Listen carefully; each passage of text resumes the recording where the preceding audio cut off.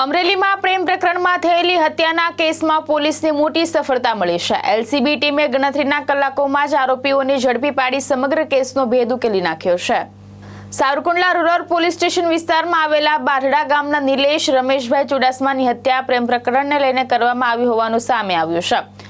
માહિતી મુજબ નિલેશનો પરિણીત મહિલા સાથે સંબંધ હોવાના કારણે આરોપીઓએ બંદૂક રાખીને તેને અપહરણ કરી અજ્ઞાત સ્થળ ઉપર લઈ જઈ હથિયારો વડે જીવલેણ હુમલો કર્યો હતો। ગંભીર ઇજાઓના કારણે નિલેશનું મોત નીપજ્યું હતું અને બાદમાં તેની લાશ બારડા ગામની વિરાણી હાઈસ્કૂલ પાછળ ફેંકી દેવામાં આવી હતી। મૃતકના ભાઈ દ્વારા ફરિયાદ નોંધાવતા પોલીસે તપાસ તેજ કરી હતી।